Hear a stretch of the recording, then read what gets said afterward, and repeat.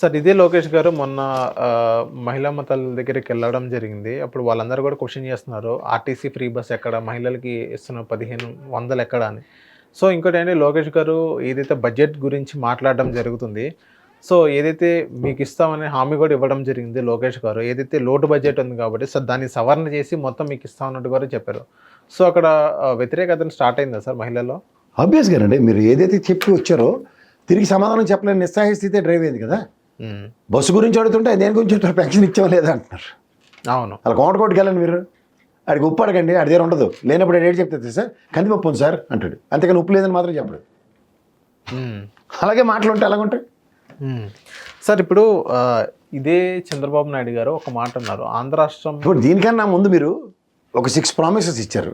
ఇప్పుడు దానికి మనకి చిన్నప్పుడు మన నాన్నగారే సైకిల్ కొంటుంటారండి, నువ్వు స్కూల్ ఫస్ట్ రారా అని. అప్పుడు ఏం చెప్తారు, మీరు అర్జెంట్గా స్లిప్ టెస్ట్లో రాసి నాన్నకు నేను క్లాస్ ఫస్ట్ వచ్చాను అంటారు. నాన్న ఏం చెప్తాడు, లేదురా నాన్న దసరాకు కొంటాం, లేదంటే పెద్ద పండుగ పరీక్షల్లో నువ్వు బాగా రాస్తే నీకు కొంటాం, అయితే ఫైనల్ ఇయర్ ఎగ్జామ్లో నువ్వు క్లాస్ ఫస్ట్ వస్తే కొంటాం. ఎందుకు ఆయన ప్రిపేర్ అవుతాడు ఈ సంవత్సరం పాటు 10 రూపాయలు 50 రూపాయలు దాచి సైకిల్ కొనడానికి. అంతేకాని వాళ్ళు ప్రామిస్ చేశారు కదా తెల్లారికి ఎవరు కదా. అలా ఈ ప్రభుత్వం ఆన్గోయింగ్ ప్రాజెక్ట్స్ ఏవైతే ఉన్నాయో వాటిలన్నీ చూసే కదా మీరు ఇంప్రూవ్డ్ వెర్షన్ 6 బుల్లెట్ పాయింట్లు పెట్టి ఎలక్షన్కి వచ్చారు. అంతకన్నా మెరుగ్గా మొదటి రోజు నుంచి ఇస్తారని యాంటిసిపేషన్లో మీకు ఓట్లు వేస్తారు ఎవడైనా. పోనీ అది తప్పో రైటో అనడానికి కాంట్రడిక్షన్ చెప్పనా, వీళ్ళు ఏం చెప్పారు, రాగానే మేము పెన్షన్ పెంచిస్తా ఉన్నారు కదా. ఆ మాటకు కట్టుబడినప్పుడు రిమైనింగ్ 5 ప్రామిసెస్కి ఏమొచ్చింది అంటే అది చేతకంతనమే కదా, నిస్సహాయతే కదా, అంటే ప్రాథమిక అవగాహన కూడా లేనట్టే కదా. దేని మీద, రాష్ట్ర ఫైనాన్సెస్ మీద. పోనీ అదేనా తినగొనరా 1,19 కోట్లు అప్పులు చేశారు ఇప్పటికీ. ఆ డబ్బులు ఏం చేశారు చెప్పమంటే అది తప్పని చెప్తున్నారు. అవును, ఇక్కడ అడగరా ప్రజలు అడగ, నేను అడుగుతాను, ఇది ప్రజాస్వామ్యమే కదా, ప్రభుత్వాలే కదా. అందులో ముఖ్యంగా ఆడవాళ్ళకి నీకు 15,000 నీకు 15,000 నీకు 15,000 చెప్పి మరీ వచ్చారు కదా గవర్నమెంట్కి. మరి ఏది మార్చి ఏప్రిల్లో ఇస్తానని అంటున్నారు కదా, అంటే ఈ సంవత్సరం ఎత్తిపోయినట్టే కదా.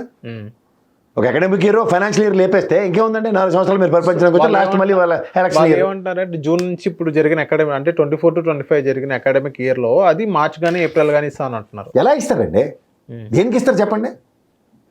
ఇప్పుడు మార్చి ఏప్రిల్కి అకాడమిక్ ఇయర్లో మీకు ఎగ్జామ్స్ 10th క్లాస్ ఎగ్జామ్స్ మార్చిలో అవుతాయి, ఎప్పుడు అవుతాయి. జగన్మోహన్ రెడ్డి గారు కూడా 2020లో ఇచ్చారని అంటున్నారు వాళ్ళు చెప్తున్నారు. అవునండి, 19లో గవర్నమెంట్ వచ్చింది, 19-20 academic year financial year close అవ్వకుండా ఇచ్చాడు కదా ఆయన.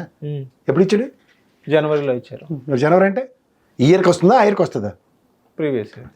సో వీళ్ళు కూడా మార్చ్ కానీ ఏప్రిల్ కానీ ఇస్తాను. అరే అప్పటికి అయిపోతుంది కదా ఎడ్యుకేషన్ ఇయర్.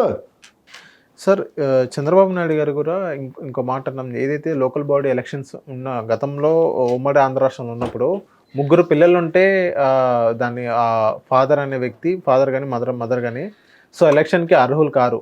స్టేట్ డివైడ్ అయిపోయింది, ఆంధ్ర రాష్ట్రంలో కూడా పాపులేషన్ తగ్గింది కాబట్టి ఒక్కొక్కరు మీరు ఇప్పుడు లోకల్ బాడీ ఎలక్షన్స్లో మీరు పోటీ చేయొచ్చు, అది ఆ జీవో కూడా పాస్ చేయడం జరిగింది, దాన్ని కూడా ఎత్తేసారు. అండ్ పాపులేషన్ పెంచండి అన్నట్టుగానే చంద్రబాబు నాయుడు గారు చెప్పడం జరిగింది. సో ఇక్కడ పాపులేషన్ పెంచే రెవెన్యూ మోడల్ పెరిగితే అందుకని అంటున్నారా అని అంటున్నారు. ఇప్పుడు ఉత్తరాది రాష్ట్రాలకి జనాభా ప్రాతిపదిక మీద మనం కట్టే ట్యాక్స్లో ఎక్కువ షేర్ వాళ్ళకి వెళ్తుంది. జనాభా ప్రాతిపదిక మీద అంటే ముందు గణన జరగాలి. మనం ఇక్కడ భూమి తెల్లారికి పిల్లలు పెట్టి కూర్చుంటే వాళ్ళు ఎక్కెడుతున్నాడు. మనకి 2011 జనాభా ప్రాతిపదిక మీద నిధులు వస్తున్నాయా, లేకపోతే 2025లో ఇవాళ జనవరికి 5వ తారీఖు నాడుకి ఉన్న పాపులేషన్ బేస్ చేసుకుని నిధులు వస్తున్నాయా సార్ చెప్పండి. అవన్నీ సార్ ఒకటి గుర్తుంచుకోండి, అనవసరమైన అసందర్భ పేలాపాలు అంటారు.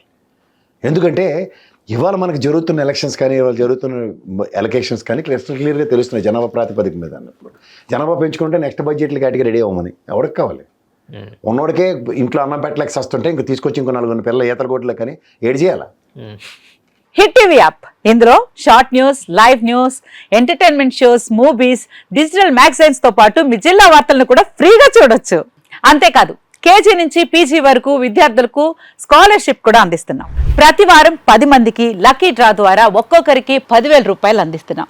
ఇంకెందుకు ఆలస్యం, వెంటనే హిట్ టీవీ యాప్ ని డౌన్లోడ్ చేసుకుని ఫ్రీగా ఎంటర్టైన్మెంట్ పొందండి. Hit TV app. Hit TV app. Please download hit TV app. Hit TV యాప్ని ఫ్రీగా డౌన్లోడ్ చేసుకొని ఎంజాయ్ చేయండి. మీకు నచ్చిన ఎంటర్టైన్మెంట్ కోసం హిట్ టీవీ యాప్ ని ఫ్రీగా డౌన్లోడ్ చేసుకొని ఎంజాయ్ చేయండి. హిట్ టీవీ యాప్ ని డౌన్లోడ్ చేసుకుని ఆస్వాదించండి, ఆశీర్వదించండి. ఇంతమంది సెలబ్రిటీలు హిట్ టీవీ యాప్ ని డౌన్లోడ్ చేసుకోండి అని చెప్తున్నారంటే ఎంత మంచి యాప్ ఆలోచించండి. అమెరికా అమెరికా అమెరికా అమెరికాలో చదవాలనుకునే వాళ్ళకి విశ్వసనీయమైన పేరు మన శౌర్య consultancy. UK Law 1 Year Masters. UK Law 1 Year Masters. 2 years work permit up to 5 years visa. Contact Saurya Consultancy. Contact 89851 89851.